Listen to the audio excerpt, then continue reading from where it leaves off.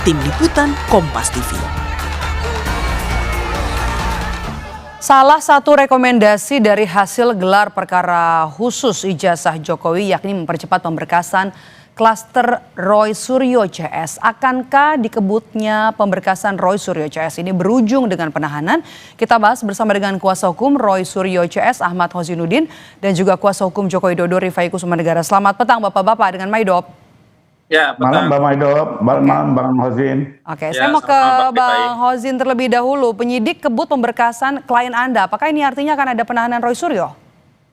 Ya, saya kira yang pertama Bismillahirrahmanirrahim yang ingin saya komentari dari konferensi pers yang disampaikan oleh Direktur Reserse Tindak Pidana Umum Polda Metro Jaya adalah ada dua hal substansi yang menurut saya harus kita kritisi bersama, yakni prematur dan kurang komprehensif.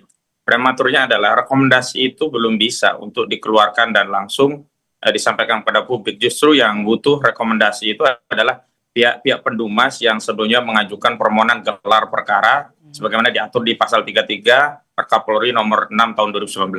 Sampai hari ini kami belum menerima apa yang kemudian menjadi kesimpulan atau rekomendasi dari bagian pengawas penyidikan Polda Metro Jaya. Karena ini memang gawainya bukan gawe direkturnya, tetapi gawe bagian pengawas yang kemudian bisa memberikan rekomendasi untuk melanjutkan atau menghentikan kasus.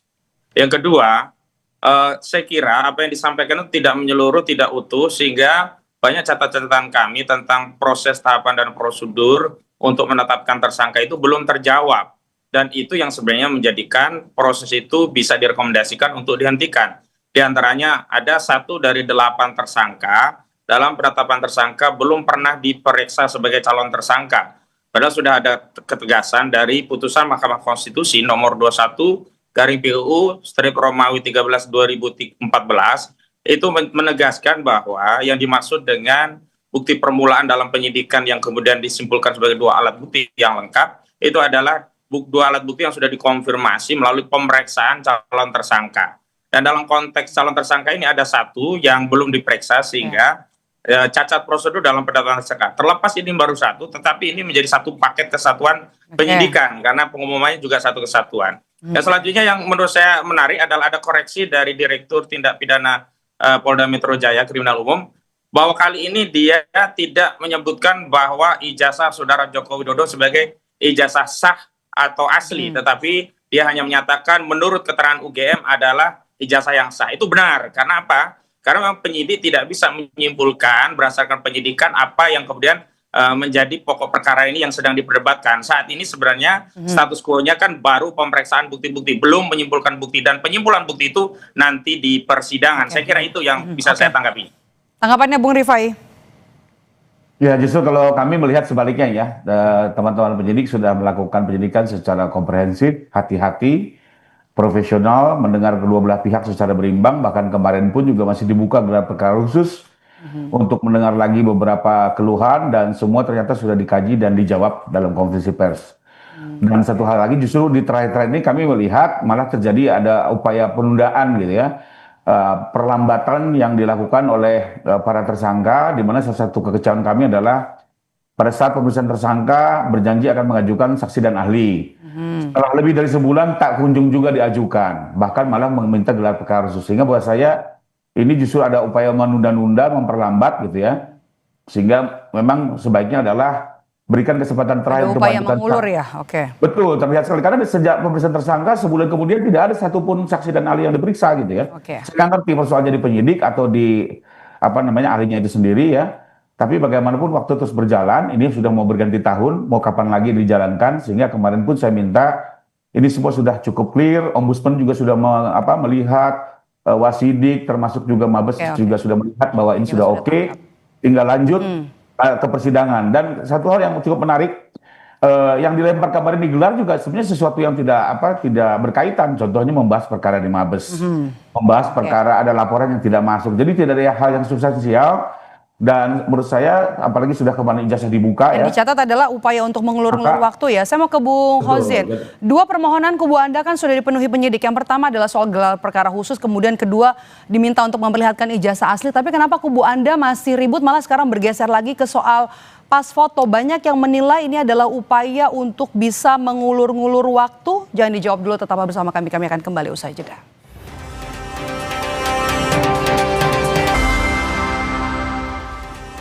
Masih bersama saya Maido Pelfrina di Kompas Petang. Saya masih bersama dengan kuasa hukum dari Roy Suryo CS dan juga kuasa hukum dari Joko Widodo. Bung Hozin, tadi kita terputus soal 2 permohonan kubu Anda kan sudah dipenuhi ya.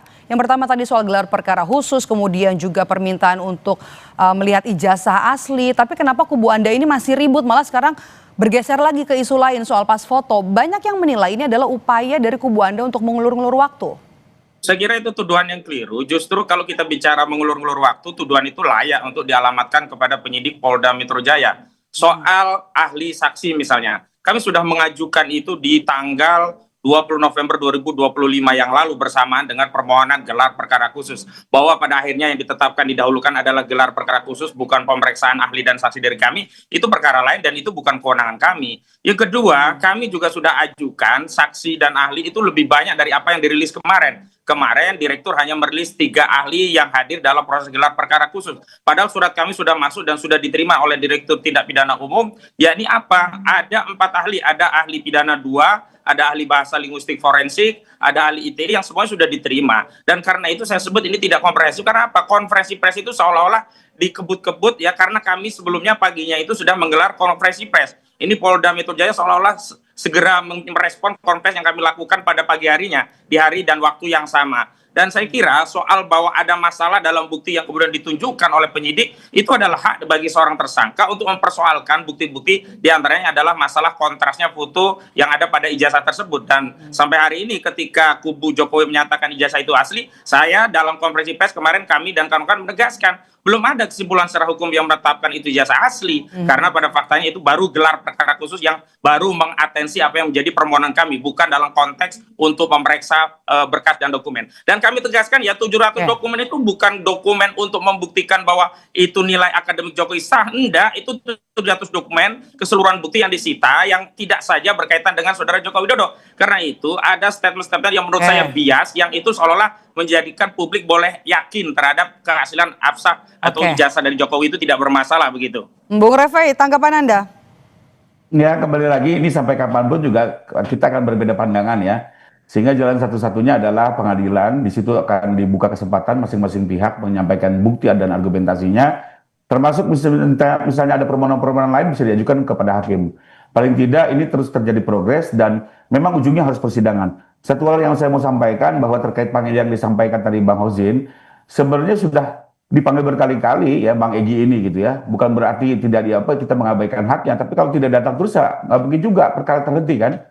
Sepanjang sudah dipanggil tapi secara problemnya maka putusan MK itu kan bukan hanya dipanggil, tapi harus diperiksa. Bisa lanjut gitu loh. Bukan hanya dipanggil loh, syarat di putusan MK itu enggak juga, kalau menurut saya kalau orang dipanggil. tidak datang-datang kabur mau gimana gitu kan, tetap Polisi perkara kan harus punya berjalan. kewenangan untuk mengambil tindakan dalam kerangka untuk mengambil keterangan. Makanya itu. kalau keberatan silakan pra peradilan, kan sudah dibuka oleh Nah, direktur. itu kan sudah hak kami dan kami satu sudah hal, satu hal lagi izin mau saya tambahkan di sini cuma bahwa dalam konteks gelar perkara khusus itu apa selama ini juga yang kita lihat selama tempus delikti ini untuk berbenah para apa namanya tersangka yang melakukan evaluasi terhadap kinerja kepolisian padahal begitu. Selama ini juga mereka di tanggal Januari sampai dengan bulan April mereka tidak pernah mengklaim sebagai peneliti.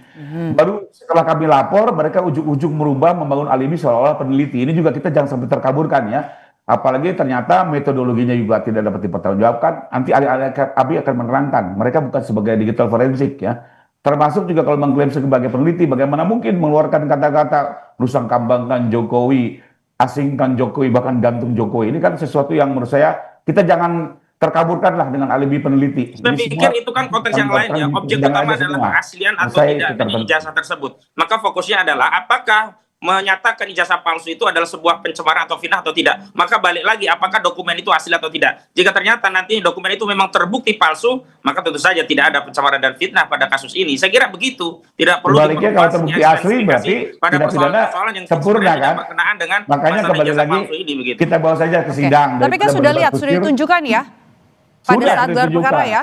Ya, jam 11 malam saat ya. keluar opini juga berbeda Mbak. Menarik lagi itu kan. Telah disita, bukan berada di Jokowi dan ditunjukkan kepada Projo yang katanya sudah melihat ijazah aslinya. Itu yang bohong. Jadi tapi jam 11 malam waktu setelah gelar perkara khusus sudah lihat ya kubu Roy Suryo CS ya. Bukan hanya Kami jam melihat 11, dua Mbak. kali ada dua Siang sesi. jam Yang 2 juga pertama ada. justru di sesi pertama kita sudah Betul. lihat, di sesi kedua juga diperlihatkan ulang begitu, ada 2 sesi. Ijazah asli Pak Jokowi. Ijazah saja ya, jangan disebut asli karena belum dibuktikan asli. Oke, saya mau ke Bung Rifai. Rekomendasi hasil gelar perkara khusus yakni status Roy Suryo CS tetap tersangka dan juga pemberkasan dipercepat untuk kepastian hukum. Apakah kemudian kubu Anda melihat akan ada penahanan Roy Suryo CS? Nah, kalau untuk penahanan itu bukan kepentingan kami, karena menurut undang-undang penahanan itu adalah hak penyidik untuk kepentingan penyidik. Kami kembalikan kepada kebutuhan mereka. Tapi terpenting buat kami ini harus segera disudahi karena kalau terus-terusan dinamika ini terus terjadi di media sosial atau di media ini ya, maka menurut saya ini bisa terus memecah belah masyarakat, terus terprovokasi. Alangkah baiknya semua dibuka dalam persidangan yang terbuka untuk umum di forum yang tepat gitu. Jadi agar semuanya terarah, Mbak. Karena kalau begini nggak pernah ada kepastian. Seperti yang saya bilang, ditunjukkan pun tidak ada kemanfaatnya. Bung Hozin, artinya klien Anda sudah siap ya kalau nanti misalnya harus ditahan? Itu hal yang lain, justru ketika ada penahanan itu membuktikan memang targetnya adalah kriminalisasi untuk membungkam anak bangsa yang melakukan penelitian dalam konteks untuk membuktikan apa yang menjadi hasil kesimpulan penelitiannya. Justru tidak boleh ada penahanan agar apa? Klien kami ini bisa membuktikan secara merdeka dalam proses persidangan sehingga tidak ada upaya-upaya untuk melakukan tindakan yang membuat klien kami tidak maksimal dalam membuktikan apa yang menjadi hasil penelitiannya. Saya kira narasi-narasi untuk melakukan penahanan itu justru mengkonfirmasi ada intervensi yang dilakukan dengan tangan-tangan yang tidak terlihat untuk melakukan pembungkaman terhadap kemerdekaan menyampaikan pendapat berdasarkan kajian penelitian dilakukan oleh klien kami, begitu. Oke, kita nantikan bagaimana jalannya kelanjutan kasus ini yang bergulir di Polda Metro Jaya. Terima kasih sudah bergabung bersama kami Bung Hosinuddin dan juga Bung Rifai. Sehat selalu. Bang Hozin.